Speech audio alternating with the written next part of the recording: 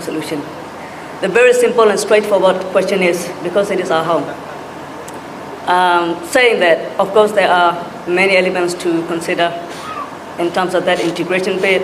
Many of the previous speakers, my fellow diaspora brothers and sisters, have also mentioned about the truth and reconciliation, the genuine acceptance by different groups of Myanmar, also by different ethnic groups, because one of the elements that we sometimes overlook by some of us, not all of us, is that the denial of Rohingya existence and belonging to Myanmar, it does not only come from the government itself, it also came from many other ethnic groups of Myanmar.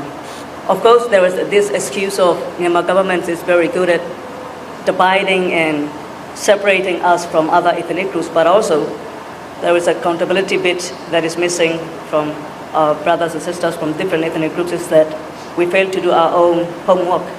Of course, there is system to blame, of course, there is government to blame, but ultimately it is our own responsibility to do the homework. And I did that for myself to understand about the operations against Shan, Kachin, and Karen, and others.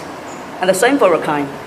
I understand, it is very hard to just ignore everything that has been done to us and to my community, it is still happening by both Myanmar junta and Rakhine and Arakan army.